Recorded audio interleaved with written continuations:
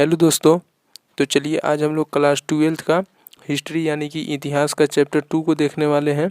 Chapter 1 हो गया है। अगर आप लोग नहीं देखे हैं तो उस वीडियो को भी जाके देख लीजिएगा या फिर डिस्क्रिप्शन में लिंक दे दिया जाएगा, वहाँ से भी आप लोग देख लीजिएगा जाके। और फ्रेंड्स, आपको इसमें टॉप 48 क्वेश्चन रहेंगे, आप लोग पूरा वीडियो ज़रूर देख लीजिएगा। और हाँ फ्रेंड, अगर आपको इसका PDF चाहिए तो आप लोग टेलीग्राम चैनल ज्वाइन कर लीजिएगा, वहाँ पे आपको इसका PDF मिल जाएगा, वहाँ से आप लोग आसानी से इसको डाउनलोड कर सकते हैं। चलिए फ्रेंड्स, चैप्टर 2 का नाम है राजा, किसान और नगर यानी कि आरंभिक राज्य और अर्थव्यवस्था। आरंभिक राज्य और अर्थव्यवस्था। चलिए फ्रेंड्स, अब हम लोग क्वेश्चन की तरफ चलते हैं। बताना है 1 नंबर क्वेश्चन का क्या हो जाएगा राइट आंसर। बताना है किस भारतीय शासक को नेपोलियन की संज्ञा दी गई है। बताना है कि किस भारतीय शासक को नेपोलियन की संज्ञा दी गई है। चंद्रगुप्त मौर्य, कनिष्क, समुद्रगुप्त या फिर हर्षवर्धन। बताना है किस भारतीय शासक को नेपोलियन की संज्ञा दी गई है, तो इसका राइट आंसर हो जाएगा समुद्रगुप्त, यानी कि option number C right answer हो जाएगा। चलिए दूसरा नंबर बताइएगा, 16 महाजनपदों में सबसे शक्तिशाली महाजनपद कौन था। बताने कि 16 महाजनपदों में सबसे शक्तिशाली महाजनपद कौन था। मगध, अवंती, कौशल या फिर गांधार। बताना है कि 16 महाजनपदों में सबसे शक्तिशाली महाजनपद कौन था, तो इसका राइट आंसर हो जाएगा ऑप्शन नंबर ए यानी कि मगध हो जाएगा। चलिए तीसरा नंबर बताइएगा, किस शिलालेख में, बताना है कि किस शिलालेख में अशोक के कलिंग विजय का उल्लेख है। बताना है कि किस शिलालेख में अशोक के कलिंग विजय का उल्लेख है। प्रथम, सप्तम, दसम या फिर 13वां। बताना है किस शिलालेख में अशोक के कलिंग का विजय उल्लेख है, तो इसका राइट आंसर हो जाएगा 13वां, यानी कि option number D right answer हो जाएगा। चलिए चौथा नंबर बताइएगा, कनिष्क की राज्यारोहण तिथि है। क्या है कनिष्क की राज्यारोहण तिथि। 48 ईस्वी ईसा पूर्व या फिर 78 ईसा पूर्व या फिर 88 ईसा पूर्व या फिर 98 ईसा पूर्व। बताने कि कनिष्क की राज्यारोहण तिथि कब है, तो इसका राइट आंसर हो जाएगा 78 ईस्वी, यानी कि option number B right answer हो जाएगा। Option number B right answer हो जाएगा इसका। चलिए 5वां नंबर बताइएगा, धम्म महामात्रों को किसने नियुक्त किया। बताना कि धम्म महामात्रों को किसने नियुक्त किया। चंद्रगुप्त मौर्य, बिंदुसार, अशोक या फिर कनिष्क। धम्म महामात्रों को किसने नियुक्त किया, तो इसका राइट आंसर हो जाएगा अशोक, यानी कि option number C right answer हो जाएगा। चलिए 6ठा नंबर बताइएगा, अशोक किस वंश का शासक था। बताना कि अशोक जो था ये किस वंश का शासक था। नंद वंश, मौर्य वंश, गुप्त वंश या फिर चोल वंश। अशोक किस वंश का शासक था, तो ये मौर्य वंश का शासक था, यानी कि option number B right answer हो जाएगा। चलिए 7वां नंबर बताइएगा, भारतीय इतिहास का कौन सा काल स्वर्ण काल के नाम से जाना जाता है। बताना कि भारतीय इतिहास का कौन सा काल स्वर्ण काल के नाम से जाना जाता है। मौर्य काल, गुप्त काल, मुगल काल, अंग्रेजों का काल। बताने कि भारतीय इतिहास का कौन सा काल स्वर्ण काल के नाम से जाना जाता है, तो इसका राइट आंसर हो जाएगा गुप्त काल, यानी कि option number B right answer हो जाएगा। चलिए 8वां नंबर बताइएगा, प्रयाग प्रशस्ति की रचना किसने की थी। बताना कि प्रयाग प्रशस्ति की रचना किसने की थी। कालिदास ने, वानभट्ट ने, हरिसेन ने या फिर पतंजलि ने। प्रयाग प्रशस्ति की रचना किसने की थी, तो इसका राइट आंसर हो जाएगा हरिसेन, यानी कि option number C right answer हो जाएगा। चलिए 9वां नंबर बताइएगा, मौर्यकालीन टकसाल का प्रधान कौन था। बताना कि मौर्यकालीन टकसाल का प्रधान कौन था। कोषाध्यक्ष, मुद्राध्यक्ष, पन्याध्यक्ष या फिर लक्षणाध्यक्ष। बताना कि मौर्यकालीन टकसाल का प्रधान कौन था, तो इसका राइट आंसर हो जाएगा ऑप्शन नंबर डी यानी कि लक्षणाध्यक्ष। चलिए 10वां नंबर बताइएगा, राजतरंगिणी के लेखक कौन थे। राजतरंगिणी के लेखक कौन थे। पतंजलि, वानभट्ट, विशाखादत्त या फिर कलहन। राजतरंगिणी के लेखक कौन थे, तो इसका राइट आंसर हो जाएगा ऑप्शन नंबर डी कलहन। चलिए 11वां नंबर बताना है, अर्थशास्त्र और इंडिका से किस राजवंश के विषय में जानकारी मिलती है। अर्थशास्त्र और इंडिका से किस राजवंश के विषय में जानकारी मिलती है। मौर्य वंश, कुषाण वंश, सातवाहन वंश या फिर गुप्त वंश। तो इसका राइट आंसर हो जाएगा मौर्य वंश। क्या अर्थशास्त्र और इंडिका से किस राजवंश के विषय में जानकारी मिलती है, तो मौर्य वंश के, यानी कि option number A right answer हो जाएगा। चलिए 12 नंबर बताइएगा, अर्थशास्त्र की रचना कब हुई थी। अर्थशास्त्र की कब रचना हुई थी। 6ठी शताब्दी ईसा पूर्व में, 5वीं शताब्दी ईसा पूर्व में, 4थी शताब्दी ईसा पूर्व में या फिर 3री शताब्दी ईसा पूर्व में। अर्थशास्त्र की रचना कब हुई थी, तो इसका राइट आंसर हो जाएगा 4थी शताब्दी ईसा पूर्व में, यानी कि option number C right answer हो जाएगा। चलिए 13 नंबर बताना है, पतंजलि के महाभाष्य से हमें क्या जानकारी मिलती है। पतंजलि के महाभाष्य से हमें क्या जानकारी मिलती है। गुप्त काल की, मौर्य काल की, प्राच्य काल की, तीसरी शताब्दी ईसा पूर्व में। बताने कि पतंजलि के महाभाष्य से हमें क्या जानकारी मिलती है, तो इसका राइट आंसर हो जाएगा प्राक् मौर्य काल की, यानी कि option number C right answer हो जाएगा इसका। चलिए 14 नंबर बताइएगा, अर्थशास्त्र के लेखक कौन थे। अर्थशास्त्र के कौन लेखक थे, वाल्मीकि, मनु, कौटिल्य या फिर वेद व्यास। अर्थशास्त्र के लेखक कौन थे, तो इसका राइट आंसर हो जाएगा कौटिल्य, यानी कि option number C right answer हो जाएगा। चलिए 15 नंबर बताइएगा, बिंबिसार का संबंध किस वंश से है। बिंबिसार का संबंध किस वंश से है, हर्यक से, गुप्त से, मौर्य से या फिर इनमें से किसी से नहीं। बताना कि बिंबिसार का संबंध किस वंश से है, तो इसका राइट आंसर हो जाएगा हर्यक वंश से, यानी कि option number A right answer हो जाएगा। चलिए 16 नंबर बताइएगा, वज्जी को सामाजिक ग्रंथों में क्या कहा गया है। वज्जी को सामाजिक ग्रंथों में क्या कहा गया है, गणसंघ, गणतंत्र, राजतंत्र, इनमें से सभी। वज्जी को सामाजिक ग्रंथों में क्या कहा गया है, तो इसका राइट आंसर हो जाएगा गणसंघ, यानी कि option number A right answer हो जाएगा। चलिए 17 नंबर बताइएगा, जनपद शब्द का शाब्दिक अर्थ है। जनपद शब्द है, इसका शाब्दिक अर्थ क्या है, जहाँ लोग मवेशी रखते हैं, जहाँ लोग अपना घर बनाते हैं, ए और बी दोनों, इनमें से कोई नहीं। बताइए जनपद शब्द का शाब्दिक अर्थ क्या होता है, तो इसका राइट आंसर हो जाएगा ए और बी दोनों, यानी कि जहाँ लोग मवेशी रखते हैं और जहाँ लोग अपना घर बनाते हैं, यानी कि option number C right answer हो जाएगा। चलिए 18 नंबर बताइएगा, पंच चिन्ह वाले सिक्के बने होते थे। पंच चिन्ह वाले सिक्के किस चीज़ के बने होते थे, सोने के, चांदी के, तांबे के, बी एवं सी दोनों के। बताइए पंच चिन्ह वाले सिक्के बने होते थे किसके, तो ये बी एवं सी दोनों के बने थे, यानी कि चांदी के और तांबे के, यानी कि option number D right answer हो जाएगा। चलिए 19 नंबर बताइएगा, अशोक द्वारा प्रचलित बौद्ध धर्म कहाँ प्रचलित नहीं हुआ। बताने कि अशोक द्वारा प्रचारित बौद्ध धर्म कहाँ प्रचलित नहीं हुआ था, सीरिया में, ब्रिटेन में, श्रीलंका में या फिर जापान में।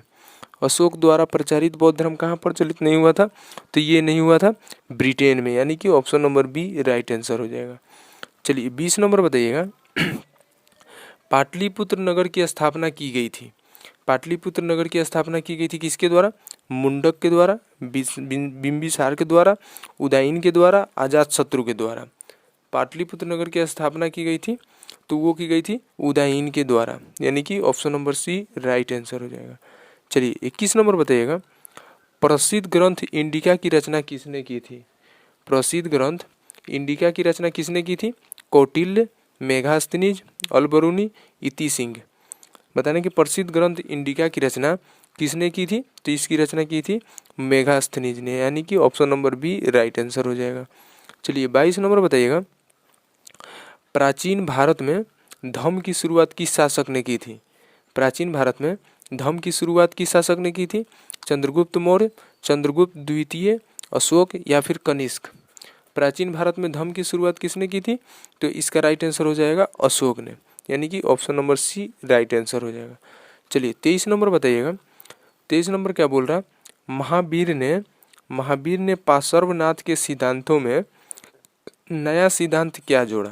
बताने कि महावीर ने पार्श्वनाथ के सिद्धांतों में नया सिद्धांत क्या जोड़ा, अहिंसा, ब्रह्मचर्य, सत्य और परिग्रह। बताने कि महावीर ने पार्श्वनाथ के सिद्धांतों में नया सिद्धांत क्या जोड़ा, अहिंसा, ब्रह्मचर्य, सत्य या फिर अपरिग्रह। तो इसका राइट आंसर हो जाएगा आपका ब्रह्मचर्य राइट आंसर हो जाएगा, यानी कि option number B right answer हो जाएगा। चलिए 24 नंबर बताइएगा, कलिंग युद्ध कब हुआ था। बताना है कलिंग का युद्ध कब हुआ था, 261 ईसा पूर्व, 251 ईसा पूर्व, 263 ईसा पूर्व या फिर 253 ईसा पूर्व।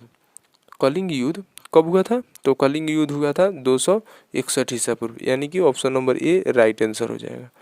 चलिए 25 नंबर बताना है, 25 नंबर क्या बोल रहा है, फूट डालकर विजय प्राप्त करने का कार्य सर्वप्रथम किस राजा ने किया।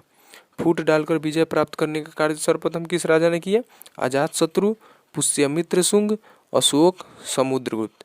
फूट डालकर विजय प्राप्त करने का कार्य सर्वप्रथम किस राजा ने किया? तो इसका राइट आंसर हो जाएगा अजातशत्रु, यानी कि option number A right answer हो जाएगा।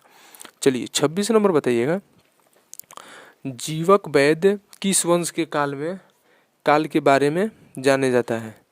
बताएं कि जीवक वैद्य किस वंश के काल के बारे में जाने जाते हैं? मौर्य वंश, गुप्त वंश, हर्यक या फिर कुषाण। बताएं कि जीवक वैद्य किस वंश के काल में बारे में जाना जाता है? तो इसका राइट आंसर हो जाएगा आपका हर्यक वंश इसका राइट आंसर हो जाएगा, यानी ऑप्शन नंबर सी हो जाएगा। चलिए 27 नंबर बताइएगा, अपने स्वयं के खर्चे से सुदर्शन झील की मरम्मत किसने कराई? अपने स्वयं के खर्चे से सुदर्शन झील की मरम्मत किसने कराई? अशोक ने, कनिष्क ने, रुद्रदमन ने, स्कंदगुप्त ने। अपने स्वयं के खर्चे से सुदर्शन झील की मरम्मत किसने कराई थी? तो इसका राइट आंसर हो जाएगा रुद्रदमन ने, यानी कि option number C right answer हो जाएगा। चलिए 28 नंबर बताइएगा, पाटलिपुत्र नगर की स्थापना उदयन ने किस नदी के संगम पर की? पाटलिपुत्र नगर की स्थापना उदयन ने किस नदी के संगम पर की? गंगा नदी के, सोन नदी के, पुनपुन नदी के या फिर इन सभी के संगम पर?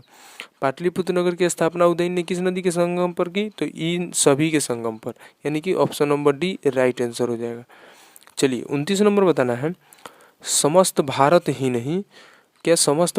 नहीं एशिया एवं यूरोप में सर्वप्रथम हुनों को परास्त करने का श्रेय किस शासक को जाता है? समस्त भारत ही नहीं एशिया एवं यूरोप में सर्वप्रथम हुनों को परास्त करने का श्रेय किस शासक को जाता है? अशोक को, स्कंदगुप्त को या फिर समुद्रगुप्त को या फिर नेपोलियन को? बताइए कौन सा राइट आंसर हो जाएगा? तो इसका राइट आंसर हो जाएगा आपका स्कंदगुप्त को जाता है, यानी कि option number B right answer हो जाएगा। चलिए 30 नंबर बताना है, यूरोप का समुद्रगुप्त कौन था? यूरोप का समुद्रगुप्त कौन था? Hitler, Napoleon, Bismarck, Mussolini. बताने कि यूरोप का समुद्रगुप्त कौन था? तो यूरोप का समुद्रगुप्त कौन था? नेपोलियन था, यानी कि option number B right answer हो जाएगा। चलिए 31 नंबर बताइएगा, किसके अभिलेख में भूमि दान का उल्लेख मिलता है? किसके अभिलेख में भूमि दान का उल्लेख मिलता है? अशोक, समुद्रगुप्त, प्रभावती गुप्त, इन सभी के किसके अभिलेख में भूमि दान का उल्लेख मिलता है? तो इसका राइट आंसर हो जाएगा प्रभावती गुप्त के, यानी कि option number C right answer हो जाएगा। चलिए 32 नंबर बताइएगा, भूमि अनुदान से संबंधित प्रथम अभिलेखीय प्रमाण किसका है? भूमि अनुदान से संबंधित प्रथम अभिलेखीय प्रमाण किसका है? मौर्य काल, सातवाहन काल, शुंग काल या फिर गुप्त काल? बताइए भूमि अनुदान से संबंधित प्रथम अभिलेखीय प्रमाण किसका है? तो इसका राइट आंसर हो जाएगा सातवाहन काल, यानी कि option number B right answer हो जाएगा। चलिए 33 नंबर बताइएगा, 510 ईस्वी में सती प्रथा के साक्ष्य वाला प्रथम अभिलेख कहाँ मिला है? 510 ईस्वी में सती प्रथा के साक्ष्य वाला प्रथम अभिलेख कहाँ मिला है? एरन सागर में, गुर्जरा दतिया में या फिर मस्की में या फिर जूनागढ़ में? बताइए 510 ईस्वी में सती प्रथा के साक्ष्य वाला प्रथम अभिलेख कहाँ मिला है? तो इसका राइट आंसर हो जाएगा एरन सागर में, यानी कि option number A right answer हो जाएगा। चलिए 34 नंबर बताइएगा, अशोक ने महेंद्र और संघमित्रा को बौद्ध धर्म के प्रचार के लिए कहाँ भेजे थे? अशोक ने महेंद्र और संघमित्रा को बौद्ध धर्म के प्रचार के लिए कहाँ भेजे थे? श्रीलंका में, ब्रिटेन में, बांग्लादेश में, पाकिस्तान में? मतलब कि अशोक ने महेंद्र और संघमित्रा को बौद्ध धर्म के प्रचार के लिए कहाँ भेजे थे? तो इसका राइट आंसर हो जाएगा श्रीलंका में भेजे थे, यानी कि option number A right answer हो जाएगा। चलिए 35 नंबर बताइएगा, किस विद्वान ने मात्र अभिलेखों के आधार पर अशोक का इतिहास लिखने का श्लाघ्य प्रयास किया? बताने किस विद्वान ने मात्र अभिलेखों के आधार पर अशोक का इतिहास लिखने का श्लाघ्य प्रयास किया है? Vincent Smith, James Prinsep, Kashi Prasad Jayaswal या फिर देवदत्त रामकृष्ण भंडार? बताइए कौन सा राइट आंसर हो जाएगा 35 नंबर का? तो इसका राइट आंसर हो जाएगा ऑप्शन नंबर डी, यानी कि देवदत्त रामकृष्ण भंडार। चलिए 36 नंबर बताइएगा, मौर्य काल का निम्न में से कौन सर्वाधिक महत्वपूर्ण नमूना है? मौर्य काल का निम्न में से कौन सा सर्वाधिक महत्वपूर्ण नमूना है? चैत्य, स्तूप, गृह वास्तुकला या फिर स्तंभ? बताना कि मौर्य काल का निम्न में से कौन सर्वाधिक महत्वपूर्ण नमूना है। तो इसका राइट आंसर हो जाएगा स्तंभ, यानी कि option number D right answer हो जाएगा। चलिए 37 नंबर बताइएगा, गुप्तों के काल में कौन चीनी यात्री भारत आया। गुप्तों के काल में कौन चीनी यात्री भारत आया था। ह्वेनसोंग, फाहियान, इति सिंह, वांगडे नत्से। बताइए गुप्तों के काल में कौन चीनी यात्री भारत आया था। तो इसका राइट आंसर हो जाएगा फाहियान आया था, यानी कि option number B right answer हो जाएगा। चलिए 38 नंबर बताइएगा, मेगास्थनीज भारत में किसके दरबार में आया। मेगास्थनीज भारत में किसके दरबार में आया। चंद्रगुप्त मौर्य, बिंदुसार, अशोक, पुष्यमित्र शुंग। मेगास्थनीज भारत में किसके दरबार में आया।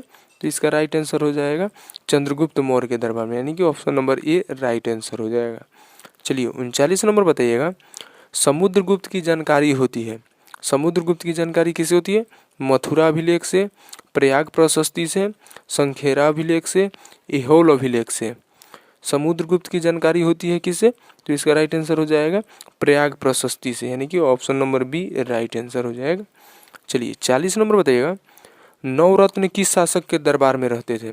जो नवरत्न थे ये किस शासक के दरबार में रहते थे। अशोक के, कनिष्क के, समुद्रगुप्त के, या फिर चंद्रगुप्त विक्रमादित्य के। नवरत्न किस शासक के दरबार में रहते थे। तो इसका राइट आंसर हो जाएगा चंद्रगुप्त विक्रमादित्य के, यानी कि option number D right answer हो जाएगा। चलिए 41 नंबर बताइएगा, अभिज्ञान शकुंतलम के रचनाकार हैं। अभिज्ञान शकुंतलम के रचनाकार कौन है। कालिदास, वानभट्ट, अश्वघोष, कौटिल्य। अभिज्ञान शकुंतलम के रचनाकार कौन है। तो इसका राइट आंसर हो जाएगा कालिदास, यानी कि option number A right answer हो जाएगा। चलिए 42 नंबर बताइएगा, प्राचीन भारत में अभिलेख की शुरुआत को किस शासक ने की। प्राचीन भारत में अभिलेख की शुरुआत को किस शासक ने की। चंद्रगुप्त मौर्य, अशोक, चंद्रगुप्त, या फिर समुद्रगुप्त। बताना है कि प्राचीन भारत में अभिलेख की शुरुआत किस शासक ने की। तो इसका राइट आंसर हो जाएगा अशोक ने, यानी कि option number B right answer हो जाएगा। चलिए 43 नंबर बताइएगा, किस शासक को प्रियदर्शी कहा गया है। किस शासक को प्रियदर्शी कहा गया है। अशोक को, समुद्रगुप्त को, चंद्रगुप्त को, या फिर बिंदुसार को। किस शासक को प्रियदर्शी कहा गया है। तो इसका राइट आंसर हो जाएगा अशोक को कहा गया, यानी कि option number A right answer हो जाएगा। चलिए 44 नंबर बताइएगा, मेगास्थनीज ने अपने यात्रा वृत्तांत में भारत के समाज को कितने वर्गों में विभाजित किया है। मेगास्थनीज ने अपने यात्रा वृत्तांत में भारत के समाज को कितने वर्गों में विभाजित किया है। 6 भागों में, 7 भागों में, 8 भागों में, या फिर 5 भागों में। बताइए 44 नंबर के, मेगास्थनीज ने अपने यात्रा वृत्तांत में भारत के समाज को कितने भागों में विभाजित किया है। तो इसका राइट आंसर हो जाएगा 7 भागों में, यानी कि option number B right answer हो जाएगा। चलिए 45 नंबर बताना है, एलोरा में कैलाश मंदिर किस राजवंश से निर्मित कराया। एलोरा में कैलाश मंदिर किस राजवंश से निर्मित करवाया। चोल से, पल्लव से, चालुक्य से, या फिर राष्ट्रकूट से। बताइए एलोरा में कैलाश मंदिर किस राजवंश से निर्मित कराया था। तो इसका राइट आंसर हो जाएगा राष्ट्रकूट से, यानी कि option number D right answer हो जाएगा। चलिए 46 नंबर बताइएगा, पुराणों की संख्या कितनी है। पुराणों की संख्या कितनी है। 16, 18, 20, या फिर 19। पुराणों की संख्या कितनी है। तो पुराणों की संख्या है 18, यानी कि option number B right answer हो जाएगा। चलिए 47 नंबर बताइएगा, तक्षशिला विश्वविद्यालय कहाँ स्थित था।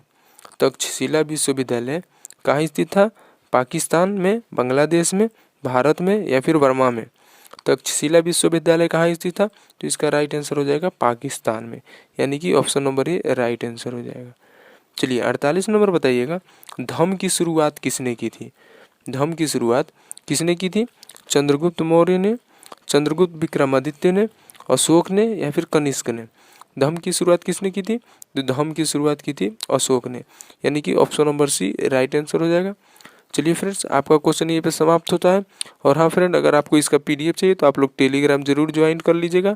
वहाँ पे आपको इसका पीडीएफ का लिंक मिल जाएगा, वहाँ से आप लोग इसको डाउनलोड कर सकते हैं और पढ़ सकते हैं। डिस्क्रिप्शन में टेलीग्राम का लिंक दे दिया जाएगा।